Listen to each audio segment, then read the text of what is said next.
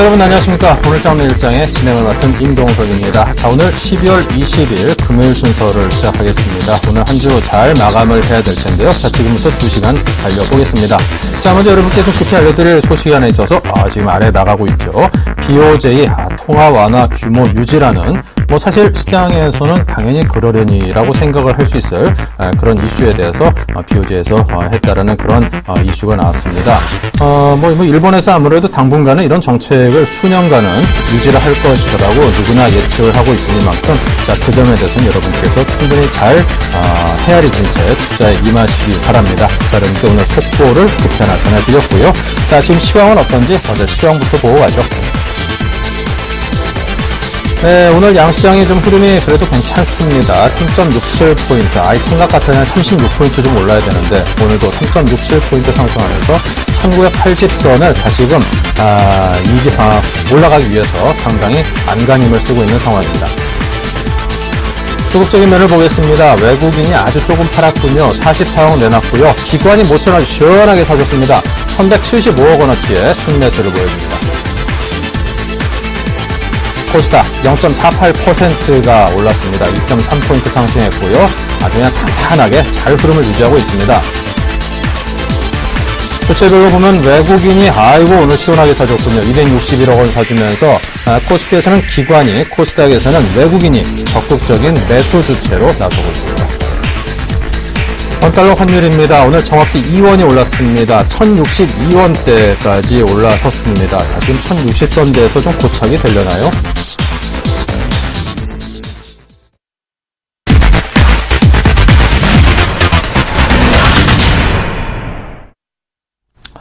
네, 오늘 우리 시장이 양시장 모두 흐름이 괜찮습니다. 수급적인 측면에서도 그동안 상당히 약세 흐름을 보였던 코스닥에서 외국인이 모처럼 꽤나 많은 물량의 순매수를 해주고 있고요. 기관도 그동안 상당히 소극적인 모습을 보였는데 오늘 코스피에서 오랜만에 1,100억 원이 넘는 순매수를 보여주면서 좀 강한 상승 드라이브를 거는 게 아닌가. 자, 이제부터 좀 연말 랠리, 산타 랠리가 시작되는 거 아닌가, 이런 생각이 들게끔 합니다. 한번 기대해 보겠습니다.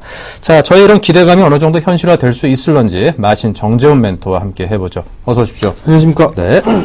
자, 오늘 시황 체크 포인트부터 정리 부탁드립니다.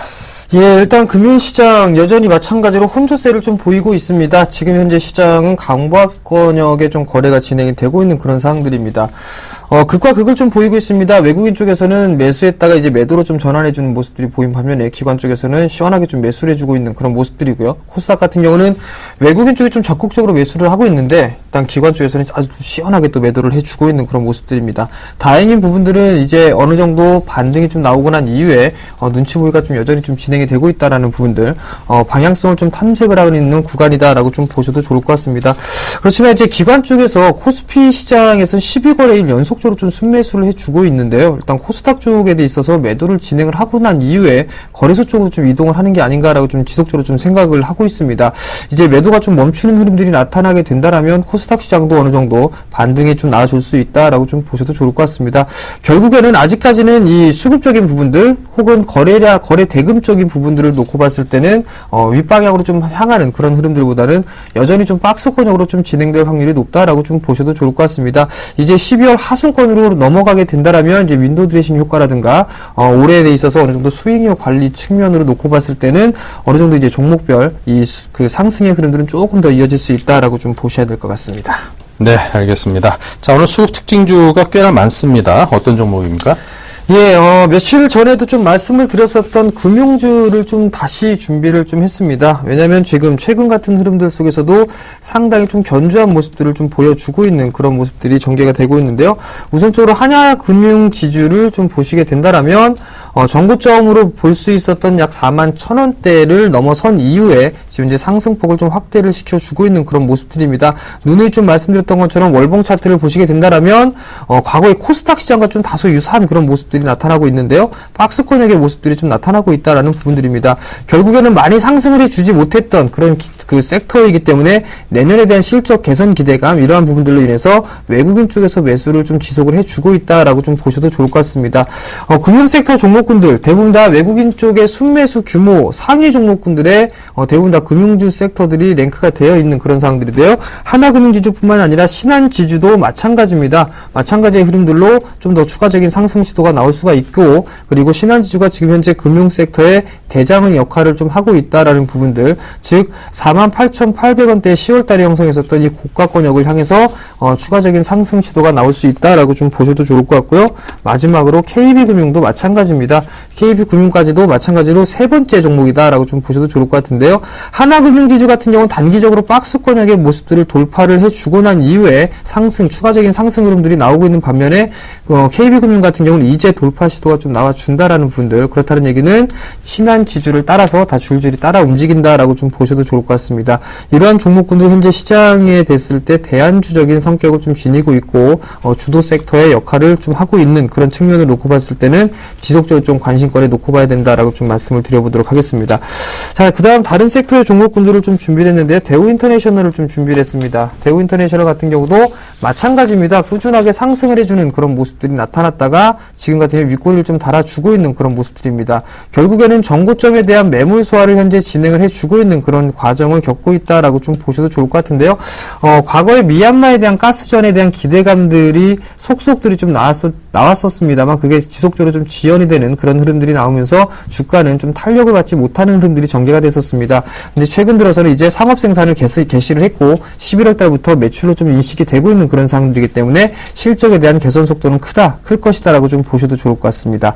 수급적인 흐름들을 좀 보시더라도 기관 쪽에서 꾸준하게 매수를 해줬고요. 이어서 금일 같은 경우는 외국인 쪽에서도 매수 유입이 진행되고 있는 그런 부분들을 놓고 봤을 때는 대안주 성격으로 좀 봐도 좋을 것 같고요. 조정 시에는 매수 포인트를 좀 잡아봐도 좋겠다라고 좀 말씀을 드려보도록 하겠습니다.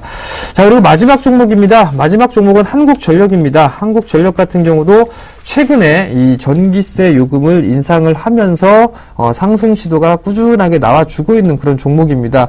어느 정도 이제 최근에 형성돼 있던 11월 달에 형성됐던 고점을 넘어서고 있는 그런 모습들이 나타나고 있고요. 그리고 이 매물대를 소화를 진행을 해 놓게 된다면 그 다음 단계인 35,000원대를 향해서 추가적인 상승 시도가 나올 수 있다라고 좀 보셔도 좋을 것 같습니다. 이 종목 또한 마찬가지로 외국인 쪽과 기관 쪽에서 집중적으로 매수해 주고 있는 그런 종목군입니다. 결국에는 외국인 쪽이나 됐던 아니면 기관 쪽이 됐던 집중적으로 매수를 해주고 있는 그런 종목군들이 시장에서 탄력적으로 움직일 수 있는 그런 부분들이고요. 환율적인 요인들을 놓고 봤을 때 유틸리티 섹터가 상대적으로 좀 강한 그런 모습들이 나타나고 있기 때문에 이러한 종목군들 위주로 일단 관심을 좀 갖고 보자라고 좀 말씀드리겠습니다. 네. 자, 어제 미국에서 테이퍼링 관련된 소식 들려왔었고요. 조금 전 초미에서 여러분께 BOJ에 관련된 소식도 전해드렸습니다. 좀 엔저 가속화에 어느 정도 힘을 보태지는 않는 쪽으로 그나마 좀 결론이 났다라는 분석인데요. 자, 이와 관련해서 해석과 함께 시장에 어떤 식으로 대응을 해야 될지 또 대안주는 어떤 것들인지 그에 대한 이야기를 들려주십시오. 예, 우선적으로 테이퍼링이 조기에 좀 시작이 됐습니다. 그리고 일본에서도 여전히 꾸준하게 그냥 유지를 할 것이다라는 계획을 좀 발표를 했습니다. 결국에는 이 불확실성이 어느 정도 해소가 되는 그런 상황들이다라고 좀 보셔도 좋을 것 같습니다. 전날 같은 경우도 갭상승 출발한 이후에 일단 상승폭을 모두 반납하면서 좀 마무리가 되는 그런 모습들인데요. 악재 부분들은 어느 정도 좀 해소가 됐다라고 좀 보셔도 좋을 것 같습니다. 다만 지금 현재 수급적인 측면을 놓고 봤을 때 아직까지 이 시장을 이끌 만한 그런 거래량이라든가 거래 대금이 나타나고 있지가 않다라는 게 상당히 좀 문제점입니다. 그렇다는 얘기는 돈이 적기 때문에 선택되어진 종목군들만 상승을 할 수밖에 없다라고 좀 보셔도 좋을 것 같습니다. 당분간 시장에 대한 차별화는 지속될 것이다라고 좀 보셔도 좋을 것 같습니다. 그뿐만 아니라 이제 환율까지도 좀 영향을 놓고 볼 수가 있을 것 같은데요. 전날 같은 경우도 자동차 쪽 섹터, 특히나 수출주들에 대한 부분들이 상당히 좀 리스크 요인으로 좀 작용할 것이다라는 그런 기사들이 상당히 많았었습니다. 그런 부분들 때문에 탄력이 좀 다소 떨어지는 그런 모습들이 있는데요. 그렇게 됐을 때는 어느 정도 수급이 좀 좋은 종목군들 위주로 일단 대응을 하는 게 좋겠다라고 좀 보셔도 좋을 것 같습니다. 자동차 쪽이라든가 IT 쪽 섹터도 나름대로 좀 좋은 종목군들이 있지만 있지만 그래도 내수형 섹터라든가 유틸리티 섹터들 그런 종목군들을 보게 된다면 조금 더 좋은 수익을 좀 낼 수 있다라고 좀 보셔도 좋을 것 같은데요. 차트를 좀 보시면서 몇몇 종목군들을 좀 말씀을 좀 드려보도록 하겠습니다. 물론 좀 전에 말씀드렸던 특징주도 마찬가지로 좀 관심 있게 좀 보셔야 된다라는 부분들이고요. 예를 들자면 나이스정보통신이라는 기업이 있습니다. 금일 같은 경우도 신고가의 흐름들을 좀 진행을 해주고 있는 그런 상황들인데요. 수급적인 흐름들을 좀 보게 된다라면 지금 현재 상당히 강한 그런 모습들이 나타나고 있다라는 부분들입니다. 외국인 쪽과 기관 쪽에서 상당히 좀 집중적으로 매수를 해주고 있는 그런 종목군들이 추가적인 상승 시도가 충분히 나와줄 수 있다라고 좀 보셔도 좋을 것 같습니다. 이런 종목군들 같은 경우는 외국인 쪽에서 매도가 시작될 때 그때 매도 타이밍을 좀 잡아도 충분하다라는 부분들, 그리고 정배열권역에 있는 그런 종목군들 위주로 종목을 좀 접근하면 되겠다라고 좀 말씀을 드려보도록 하겠고요. 이 종목 같은 경우 너무 많이 올랐습니다. 금일 같은 경우는 너무 많이 올랐기 때문에 추격 매수하기는 다소 좀 부담스럽다라고 좀 보셔도 좋을 것 같고요. 대신에 지금 제가 말씀드린 부분들은 AJ 렌터카라고 있습니다. AJ 렌터카 같은 경우를 보게 된다면 정고점에 대한 매물 소화를 좀 현재 진행을 해 놓고 있는 그런 사항들입니다. 거래량이 금일 같은 경우는 증가가 되는 그런 모습들이 나타나고 있지만 조금 미약한 부분들이다라고 좀 보셔도 좋을 것 같은데요. 이 부분들을 좀 보게 된다면 외국인 쪽에서 마찬가지로 꾸준하게 11월 하순경부터 집중적으로 매수를 해주고 있는 그런 상황들입니다. 즉 외국인 쪽에서 이 종목을 가지고 있다, 지배를 하고 있다라고 좀 보셔도 좋을 것 같습니다. 결국에는 이러한 종목군들 같은 경우는 21선을 좀 기준으로 해서 대응을 해보는 전략이 유효하다라고 좀 보셔도 좋을 것 같습니다. 어느 정도 21선에 대한 지지를 받고 있는 그런 상황들이기 때문에 조정 시에는 좀 매수 관점으로 봐도 좋겠다라고 좀 말씀을 드려보도록 하겠고요. 지금 그대로의 수급적인 흐름들을 보게 된다면 14,000원대까지, 즉 신고가의 흐름들을 낼 수 있다라고 좀 보셔도 좋을 것 같습니다. 좀 더 여유 있게 보게 된다면 메일유업이라는 종목이 있습니다. 상당히 좀 자주 말씀을 좀 드렸던 기업인데요. 메일유업 같은 경우도 마찬가지입니다. 지금 이제 중국에 대한 수혜 기대감이 충분히 좀 남아있고, 그리고 내수형 섹터의 종목군들 중에서도 수급이 그나마 좀 괜찮은 그런 종목군들입니다. 결국에는 61선까지 조정을 받는 그런 모습들이지만 아직까지는 큰 폭의 이탈은 없다라고 좀 보셔도 좋을 것 같습니다. 거래량 같은 경우는 감소를 하면서 조정을 받고 있는 그런 모습들이고요. 하락 N자형의 단기에 대한 마디에 조정을 받고 난 이후에 브레이크를 거는 모습들이 나타나고 있다는 점, 기술적인 반등 흐름들이 나올 수 있다라고 좀 보셔도 좋을 것 같고요. 뿐만 아니라 수급적인 흐름들을 좀 보시더라도 기관 쪽에서 매수를 해주고 있고 그 바톤을 이어서 외국인 쪽에서 다시 이제 매수가 유입이 되고 있는 그런 상황들입니다. 결국엔 매수를 해주는 주체가 있는 종목군들, 그리고 정배열권역에 있는 종목군들 위주로 좀 보게 된다면 지금 현재 시장에서는 특히나 일단 어려운 시장이죠. 충분히 수익을 낼 수 있다라고 좀 보셔야 될 것 같습니다. 네, 알겠습니다. 자, 이렇게 해서 지금 시장에서 대안주 성격을 갖는 종목들에 대한 말씀도 들어봤습니다. 지금 시장이 마냥 어렵다 하지만 또 오늘 흐름을 볼 때는 이제부터는 어느 정도 좀 반등을 하면서 좀 상승 랠리를 이어갈 수 있는 에너지가 이제 좀 충분히 시장에 쌓이지 않았나. 그런 기대감도 갖게 됩니다. 가장 선두로 설 수 있는 종목들이니까요. 여러분께서 하나하나 잘 살펴보시기 바랍니다. 자, 지금까지 정재훈 멘토와 함께 했습니다. 감사합니다.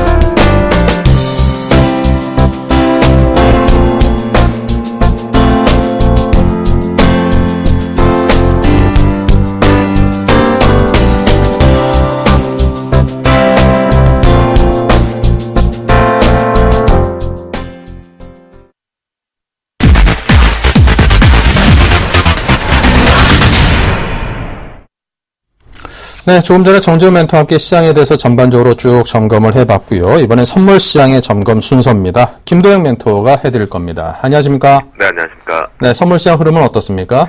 네, 일단 방향성 자체를 계속해서 좀 모색한다, 즉 찾고 있다라고 보시면 좋을 것 같습니다. 전체적으로 현물의 수급 추이 그리고 또 파생 시장의 수급 추이를 놓고 보면 상승 이다라고 노래를 하고 있습니다. 그런데 시장은 프로그램 베이시스에 의해서 상승을 가로막고 있다라고 보시면 좋겠는데요. 결론적으로 말씀드리면 이는 오늘이 아니라 다음 주의 변동을 확대시키려고 하는 현재 포지션들을 합성적으로 누적적으로 확대시키는 작업이 시작이 돼서 그런 것으로 파악이 되고 있습니다. 옵션 시장 쪽에서 선물 시장 쪽을 찌글찌글하게 만들어주면서 옵션 쪽에 누적적인 포지션들을 확대시키고 있는 중에 있다라고 말씀드리겠고요. 이는 지난 12월 동시만기 이후에 처음으로 가장 많은 양이 양시장 쪽으로 물량들이 들어오고 있다라고 보시면 좋겠습니다. 그래서 방향성 자체를 모색 중인 지루한 오후장의 장세가 계속 지속되고 있다라고 보시면 좋겠고, 아쉬운 부분이 있다라면 상승 쪽을 갈 수 있는 모든 조건들을 부합시켜 놓았음에도 불구하고 지금 올라가면 누르고 하는 식의 위로 가지 못하게끔 시장이 올라가는 힘 자체가 조금은 약하다라고 보시면 좋겠습니다. 외국인들만이 나홀로 매수를 계속 확대하고 있다가 연기금 쪽에서 공격적인 매수 포지션을 잡아주면서 위쪽으로 투신과 함께 동반 방어 쪽가 들어오면서 상승 쪽으로 지지력을 지금 만들어내고 있는 상태겠고요. 외국인 역시 매수를 유지합니다. 나홀로 매도를 하고 있는 것은 개인 주체와 금융투자 창구라고 보실 수 있겠는데요. 기관계 쪽에서 유일하게 매도를 확대하고 있는 것은 금융투자 창구뿐만이겠고요. 개인들 역시도 매도 포지션을 금융투자와 마찬가지로 같이 잡고 있습니다. 오전단 성물항에서 외국인과 투신 쪽이 같이 동반 매수가 지속된다라면 상승이다, 매수를 잡자라고 말씀을 좀 계속 드렸는데요. 변화 추이 전혀 없고요. 찌글찌글하다 보니까 포지션을 들고 있기도 애매하고 안 가지고 있기도 애매한 그런 모습들이 계속 연출은 되고 있는 것은 사실입니다. 하지만 현재의 베이시스의 조건도 보고 그리고 베이시스 영향력에서의 프로그램 추이 쪽을 좀 보여드리면, 옵션 시장을 보기 전에 이렇게 보여드리면 차익과 비차익 역시도 위쪽으로 조금씩은 열어주면서 각을 세우면서는 가고 있지만 그 규모가 아침보다는 각 자체가 줄어들고 있다라는 것이 보이실 겁니다. 자, 이는 베이시스의 영향 때문이다라고 보실 수는 있겠지만 이 여파 속에서 베이시스의 값은 아직 호전적으로 들어오지 못했고요. 베이시스 값은 체크를 좀 해봐야 됩니다. 그런데 오늘 프로그램의 베이시스를 가지고 시장이 양시장, 콜옵션과 풋옵션 시장 쪽으로의 포지션들이 구축돼서 들어오고 있다라는 것은 다음 주에 변동폭을 좀 키우려고 들어오는 것이다 라고 보시면 좋을 것 같겠고요. 자, 그 관점을 놓고 보면 우리가 또다시 한번 체크해 볼 것이 바로 프로그램의 매수 강도 추인데요. 베이시스가 낮아졌다가 올라오는 족족 계속해서 매수세는 지속되고 있다. 차익과 비차익 모두다. 그렇다고 한다면 바스켓이 비어있는 상태에서 방어 쪽인 성격도 분명히 가지고 있다. 그 부분 속에서 너무 여기서 조정포가 많이 열릴 것이다. 기술적으로는 맞아진 게 맞습니다. 기술적 반등은 256대 7대에서부터 올라온 반등은 263을 어제 찍었던 자리는 심리와 시장의 대외적인 여건에 거래 대금까지 놓고 보면 상승폭이 다 온 것은 사실입니다. 하지만 이 부분을 우리가 잘 판단해야 되는 것은 오늘 찌글찌글장을 만들어 놓았기 때문에 다음 주 변동성을 위와 아래를 모두 다 열어둬야 된다는 것은 분명한 사실이기 때문에 현재 오후장 관망하는 것도 포지션을 잡지 않고 내일을 기약하는 것도 전략이다라고 먼저 미리 말씀을 좀 드리겠고요. 오늘 대응 전략은 역시 외국인과 투신 쪽의 매수 포지션이 확대가 지속된다라면 여기서라도 소량이지만 한 땀 한 땀이라도, 근데 한 땀 한 땀도 지금 보면 완전히 틱치기, 즉 틱치기라는 것은 각 호가가 벌어져 있는 부분에 그 물량 부분을 이용한 단기 트레이딩, 아주 숏 단기 트레이딩을 짧은 매매를 좀 말씀드리는 거거든요.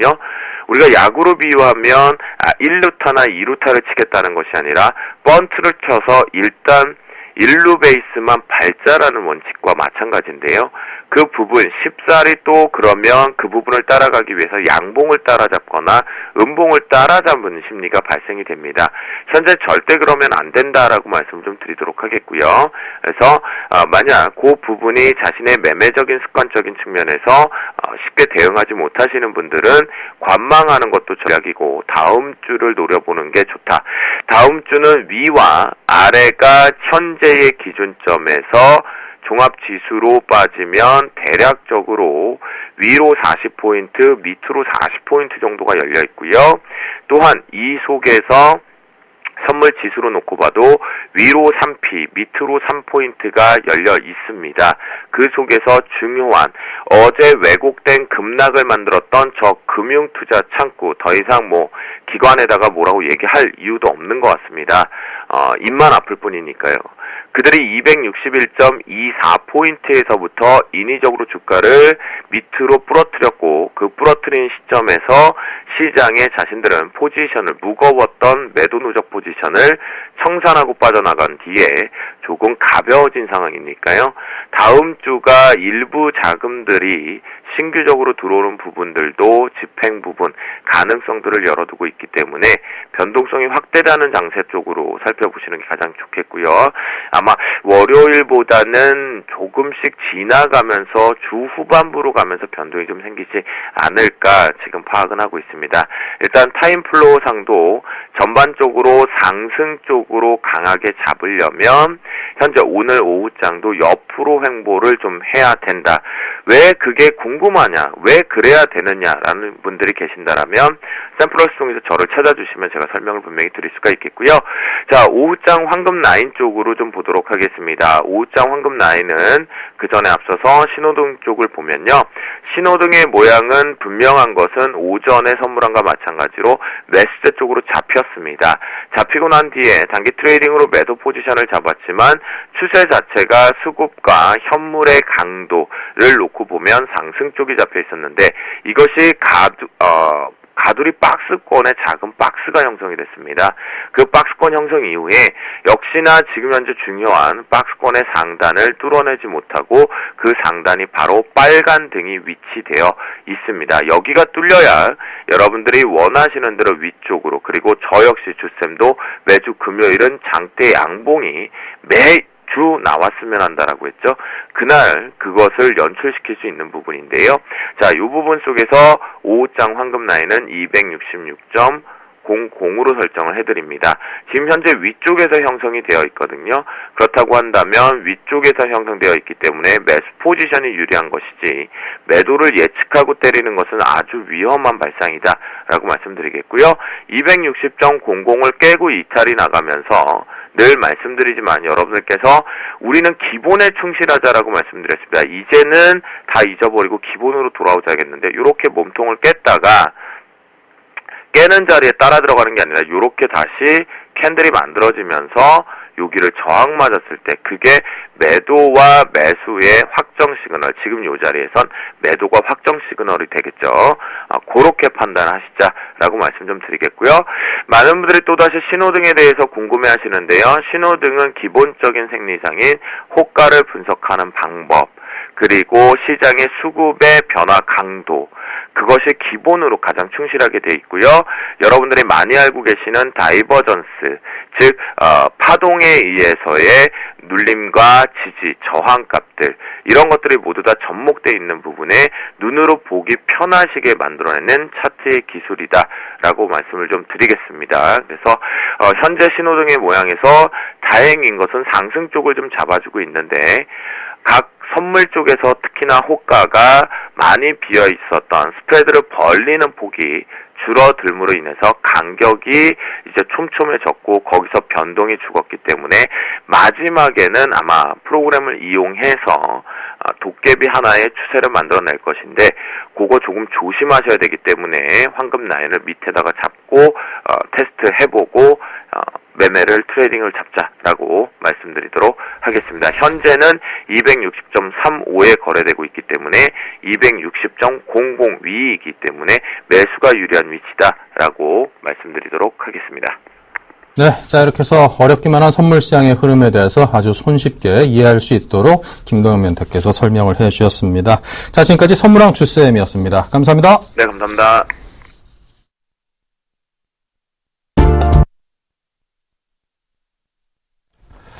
네, 자 계속해서 우리 시장 과연 어떤 전략으로 대응을 해야 될지 SPM의 김영진 대표님을 연결해서 또 자세히 들어보도록 하겠습니다. 안녕하십니까? 예, 안녕하십니까? 네, 이 시장에서 아주 큰 이슈로 이제 평가를 받아왔던 테이퍼링 관련해서 불확실성이 이제 상당 부분 해결됐다라는, 종료됐다라는 그런 평가를 받고 있습니다. 테이퍼링 이벤트의 종료. 자, 근데 이제 국내 증시는 다른 여타 글로벌 증시 주요국 증시와는 달리, 좀 별로 힘을 못 받는 것 같아서 아쉬운 마음이 많이 있습니다. 왜 그런지 개인적으로도 좀 잘 이해가 안 가고요. 궁금한 점이 많은데요. 먼저 그 배경과 전망에 대해서 알려주십시오. 예, 한번 살펴보죠. 그 이머징 마켓 쪽은 아무래도 이 반응하는 거에 있어서 기대 수준 조금 낮춰줄 필요가 있지 않을까라는 생각이 듭니다. 그것이 단기적인 것도 그렇고 중장기적인 것도 그렇고 우리가 좀 체크를 하고 넘어가야 될 것이 좀 많기 때문이다 이렇게 말씀을 드리겠고요. 외환 시장 쪽을 놓고 보면은 이 변화되는 모습이 꼭 마치 지난 여름을 연상케 하는 흐름이었다 이렇게 볼 수가 있겠죠. 인도네시아 루피아 환율 같은 경우가 11월 중순에 이미 신고가 흐름으로 들어섰죠. 결국 이 신고가라고 하는 것이 루피아 환율이 가치는 신저가를 기록하고 있었다 이 말이죠. 그리고 어제 같은 경우 태국 바트와도 이 9월의 고점을 넘어서는 그런 모습. 결국 두 개의 나라는 결국 올해의 최고점을 기록하는 결국 가치의 신저가를 기록하는 그런 모습이었다 이렇게 볼 수가 있겠고요. 말레이시아 링기트 같은 경우도 어제 절하 흐름이었지만 그나마 여름보다는 좀 낮은 수준이었고 비슷한 이머징 마켓 쪽의 브라질 헤아라 같은 경우도 비슷한 흐름, 말레이시아 정도의 흐름 이렇게 놓고 봤을 때 이머징 마켓의 환율의 경우 이 반응하는 것이 내용을 보면은 불안감을 그대로 반영하고 있었다.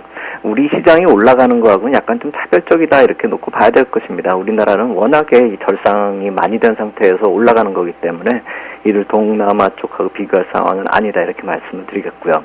무엇보다도 이제 아시아권의 통화 흐름의 포커스는 엔화 얘기가 되겠죠. 엔화 상당히 많이들 얘기를 했는데 엔화 흐름 104엔 돌파한 거 내년에 이제 1차적인 예상 흐름이 105엔 정도였기 때문에 여기에 근접하기 시작했다는 것이 상당히 좀 부담스러웠었다 이렇게 볼 수가 있겠고요.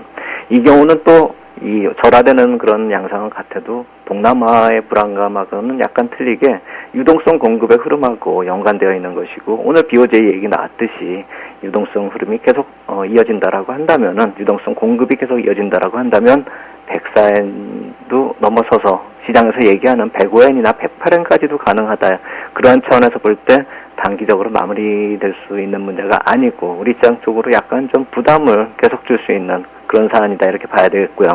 이 두 가지 흐름 동남아 쪽이나 뭐 일본 쪽이나 이쪽의 환율 시장 쪽의 흐름은 모두 다 한국 시장에 악영향을 주는 사안이다. 결국 동남아의 불안이 전이되면서 뭐 우리 시장 쪽으로 안 좋아지는 그런 흐름이 이렇게 이어진다 이런 얘기를 하자는 게 아니라 교역 상대국으로서 동남아의 불안이 좋을 게 없죠.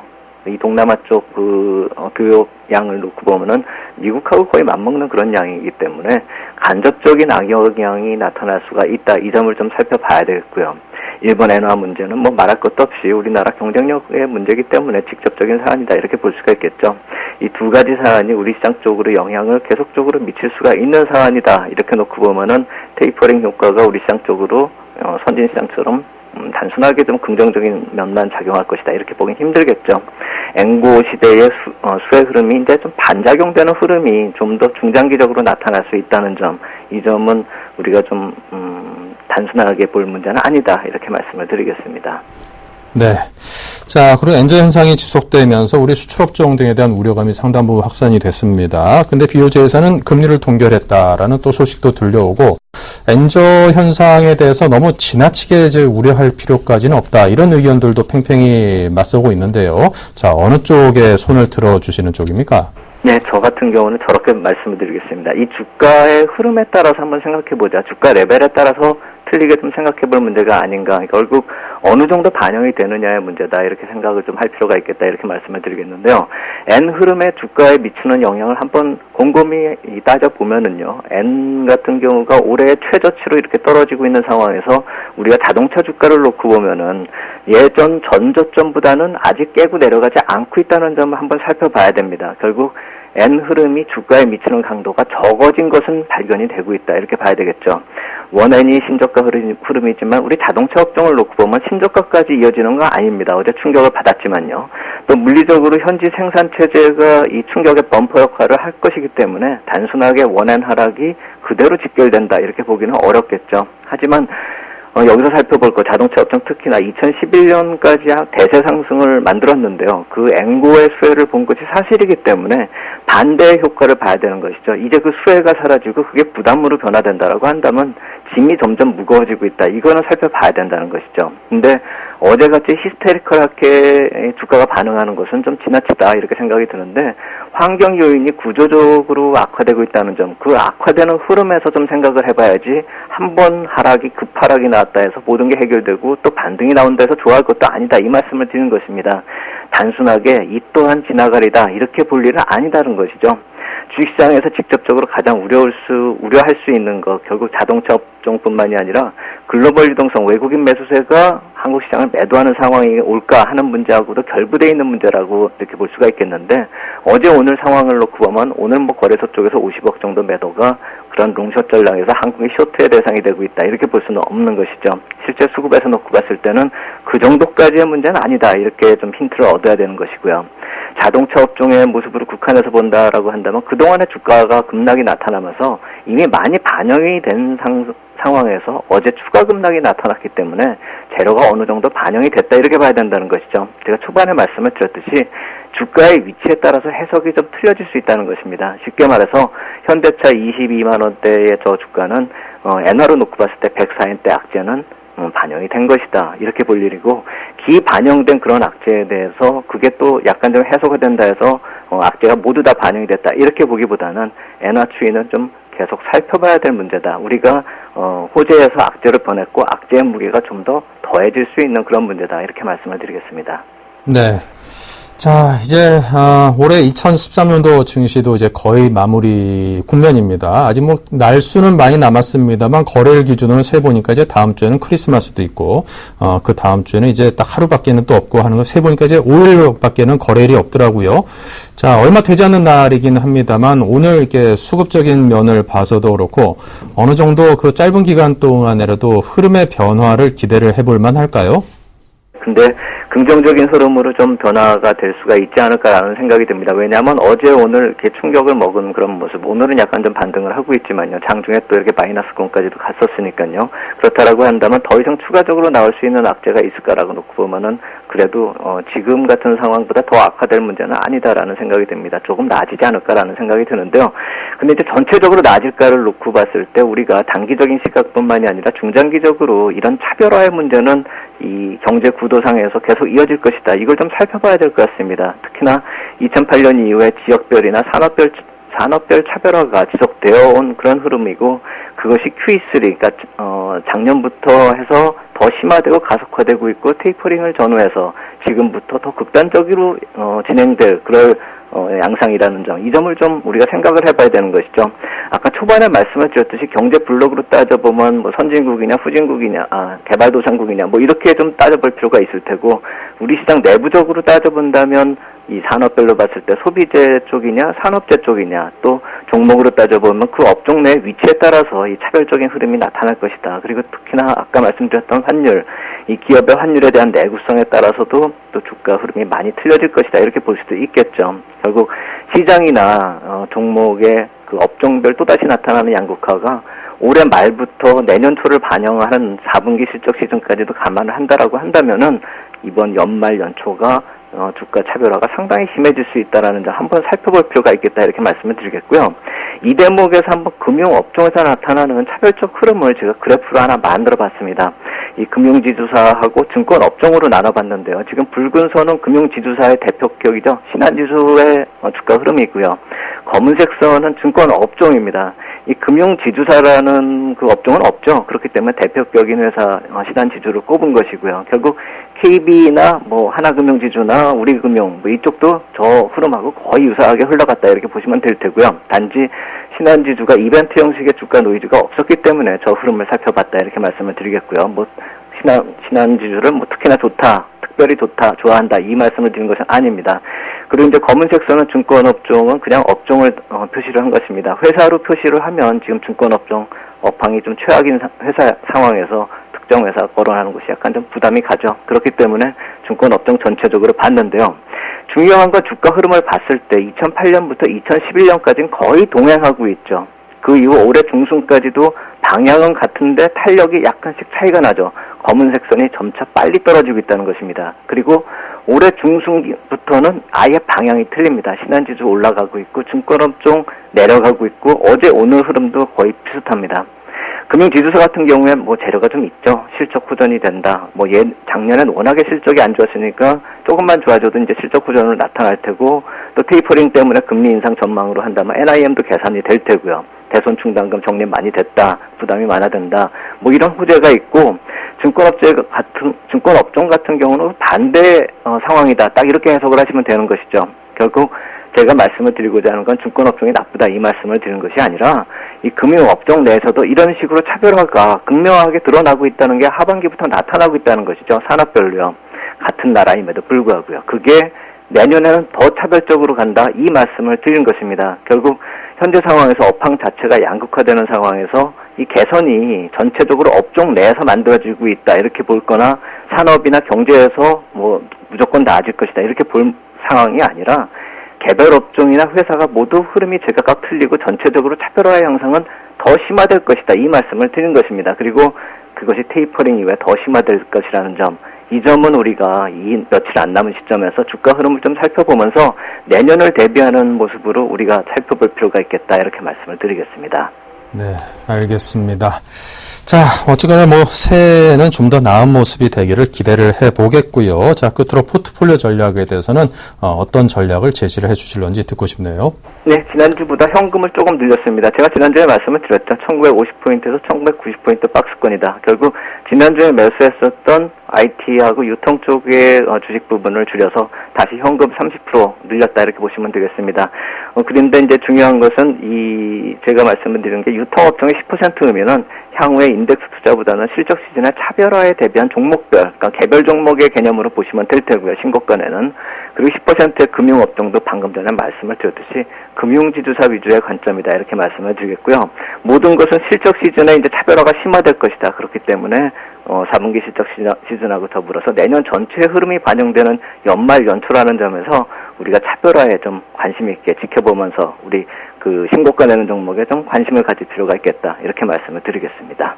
네, 알겠습니다. 자, 지금 주신 포트폴리오 전략을 참고해서 우리 투자자분들이 투자하는데 큰 도움을 받으실 거라고 믿어 의심치 않습니다. 자, 지금까지 SPM의 김형진 대표님과 함께했습니다. 감사합니다. 감사합니다.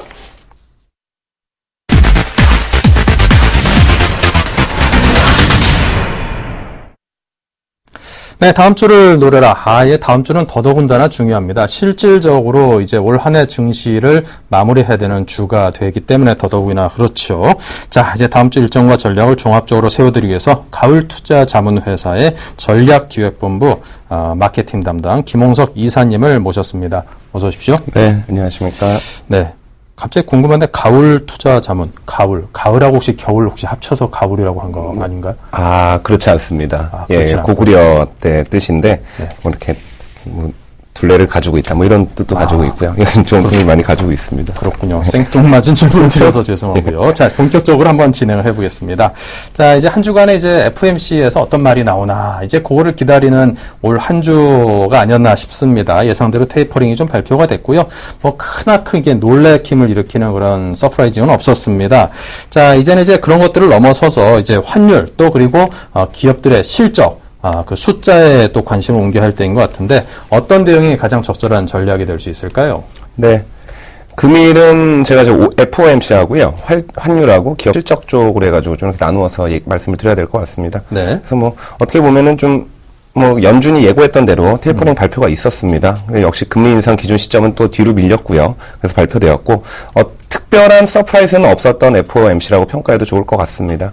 근데 이제 문제가 있습니다. 시장은 테이퍼링 이후에 대해서 걱정이 많은 상황이라고 볼 수가 있을 것 같습니다. 연준 내부의 리더십이 좀 더 정돈이 돼야 될 것 같고요. 테이퍼링 버퍼가 되어줄 정책이 가시화될 필요가 있습니다. 이전까지 기술적 반등 이상의 상승 랠리는 어렵다고 보는 것이 맞는 판단이 아닐까 이런 생각을 하고 있습니다. 조금 더 중장기적으로 보겠습니다. 물론 테이퍼링이 있을지라도 경기 부양 정책이 계속 이어지는 기간에 포함되기 때문에 낙관적인 심리는 유지될 거라고 생각이 됩니다. 그리고 2014년만 놓고 본다면은 이익 성장 모멘텀이 기대에 못 미칠 가능성이 존재할 것이라고 봅니다. 선진국 경기 회복 모멘텀이 단기 둔화될 가능성도 존재하고 있습니다. 그래서 그냥 베스트 시나리오만 믿고 그냥 올인하고 이런 전략보다는 그냥 워스트 시나리오로 대비한 유연한 전략이 필요하다는 판단이 듭니다. 실적 부분을 좀 잠깐 보겠습니다.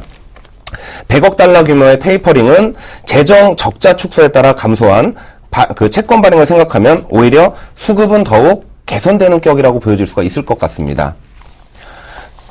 그리고 따라서 그 향후 금리 급등에 대한 걱정보다는 기업 실적에 대한 차별화된 모습이 예상이 되는 부분이 맞습니다. 지금까지는 테이퍼링 우려 때문에 좋은 뉴스에는 매도를 하고요. 그리고 나쁜 뉴스에는 테이퍼링 연기를 기대하면서 매수를 했었습니다. 근데 이제는 좋은 실적과 경제 지표를 호재로 받아들일 수 있는 정상적인 환경으로 변하고 있다고 생각이 됩니다. 이것만으로도 어떻게 보면 큰 소득이 아닐까 이런 생각을 하고 있습니다. 선진 시장의 서프라이즈 인덱스가 강한 반등을 보여주고 있는 점에서 일단 단기적으로 봤을 때 시장 예상 흐름은 긍정적이라고 볼 수가 있습니다. 단 코스피 기업 이익이 급격한 성장 스토리에 대한 기대는 좀 이렇게 밀어두시는 것이 좋지 않을까, 그런 부분이 좀 현명하지 않을까 이런 생각이 듭니다. 코스피가 상승을 하더라도 기술적인 반등 영역 이상의 의미를 부여하는 것은 힘들 것이라고 생각이 됩니다. 2014년 이머징 경제는 선진국과 달리 소폭 위축되는 게 예상이 되고 있습니다. 만약 한국 기업들만 20%가 넘는 순이익 증가세를 시현하기도 어렵지 않을까, 이런 관점에서 보는 게 낫지 않을까 이런 생각을 하고 있습니다. 이상입니다. 네.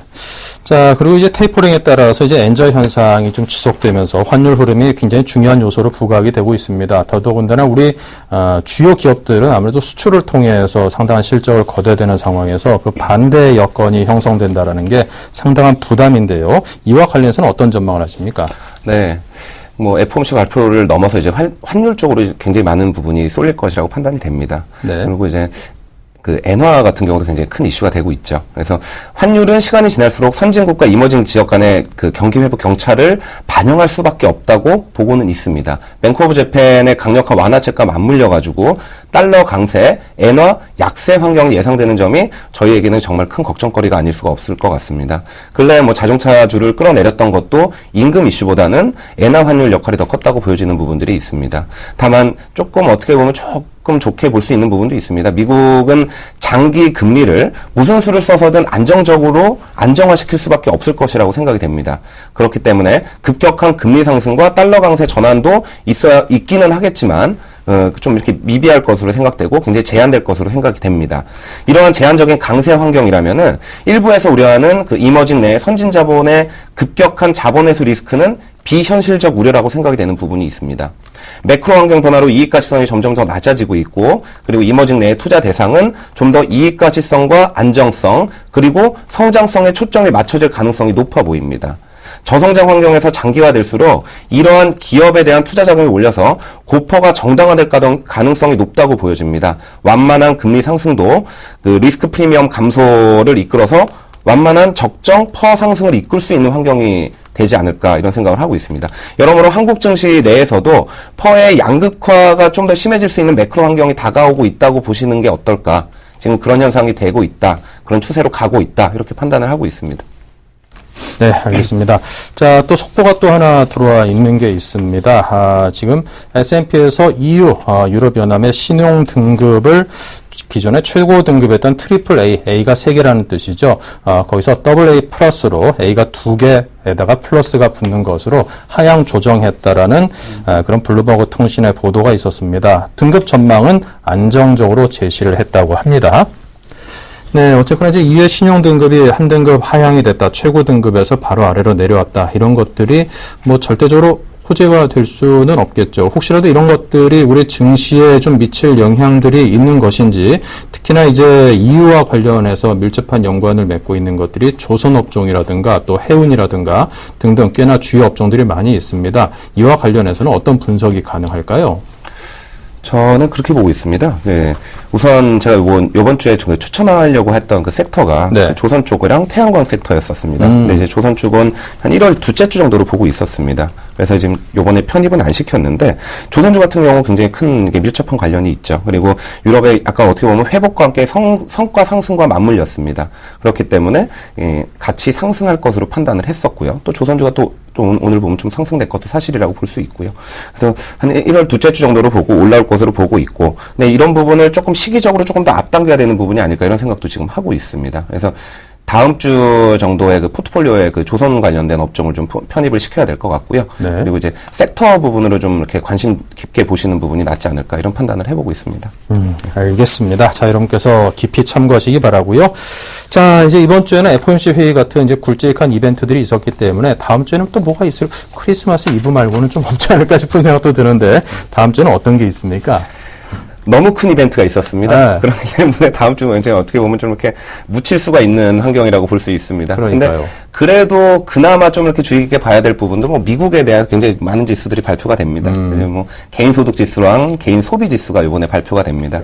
뭐 예상치 뭐 전월 정도 대비해가지고 좀 소폭 상승 정도로 예상을 하고 있습니다. 그래서 이제 그 자료를 좀 뽑아온 거를 좀 분석을 해보면은요, 그 개인 소득, 미국 개인 소득이 한 0.5% 정도 상승, 그 지수 상승 정도를 예상을 하고 있습니다. 그리고 개인 소비는 한 0.4% 정도 상승 예상을 하고 있습니다. 전달 대비 두 지수가 모두 소폭 상승되고 있는, 예상되고 있는 수치입니다. 이벤트와 맞물려 있습니다. 그래도 이제 이에 따라 관심 있게 보실 포인트는 있으실 것이라고 판단이 됩니다. 미국 정부가 뭐 셧다운 등 굉장히 뭐 막제도 많이 있었습니다. 그렇지만 지금 주택가격 상승과 그리고 또 주식시장 화랑세가 겹쳐 있어서 개인 소비 증가를 견인했다는 부분이 가장 크다고 볼 수가 있을 것 같습니다. 이와 연동하면 뭐 저희 나라 한국 증시 같은 경우 굉장히 샌드위치 격이죠. 뭐 중국, 일본, 뭐 그래서 뭐 미국과 샌드위치 격이라고 볼 수 있지만, 이 맞물려 가지고 바라보시면 어떨까 이런 생각이 들고요. 그리고 또 재밌는 부분은 미국 사람들이 개선된 환경을 체감하고 있다. 이런 부분으로 또 이렇게 평가를 해볼 수 있는 증표가 될 수도 있을 것 같습니다. 이런 분위기는 이제 연말 쇼핑 시즌과 이제 맞물려 가지고 긍정적인 영향을 미치게 될 것이고요. 아까 전 앞에서도 잠깐 이렇게 지수 말씀해 주셨지만, 연말에도 이렇게 크게 그러니까 하락되는 것보다는 유지는 되지만 소폭 상승 정도로 생각을 하고 있습니다. 그리고 이제 뭐 추후에 발표될 그 미국의 개인 저축률을 하고 같이 접목시켜 보면은 굉장히 또 중요한 지수가 될 것 같습니다. 그래서 제가 나중에 추후에 그 미국 저축률이 나오면은 이 부분이랑 다시 한번 거론해 가지고 합쳐서 한번 보는 상황, 그런 식으로 한번 짚고 넘어가 보도록 하겠습니다. 이상입니다. 네, 알겠습니다. 예, 뭐 공중파 방송국에서는 바른말 고운말이랑 우리말 바로 알기, 그런데 보면은 그 나라를 표현할 때는 우리나라라고 하는 게 바른 표현이라고 하니까, 우리 네. 또 새로운 새해에는 우리 또 김홍석 이사님께서도 꼭 우리나라라고 좀 표현해 주시면 감사하겠다 싶은 부탁을 제가 좀 드리겠습니다. 알겠습니다. 자, 최종 포트폴리오 공개하면서 이 김홍석 이사님과는 인사를 나누겠습니다. 감사합니다. 네, 감사합니다.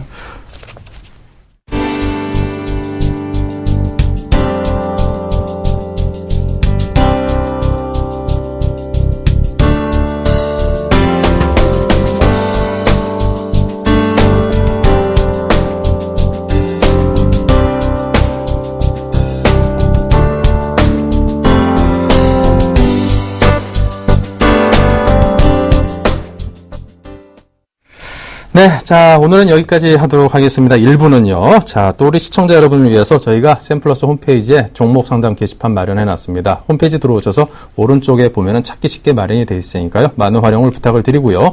또 013-3366-0110으로도 여러분께서 궁금하신 점 질문 주시면은 저희 2부 내내 답변을 드리고 있으니까 지금 빨리 문자를 주시기 바랍니다. 아무래도 순서가 좀 빠른 분이 우선적으로 상담을 받으실 수 있습니다. 잠시 후 김선현, 이상로 멘토 등과 함께 하겠습니다. 잠시 후 뵙겠습니다.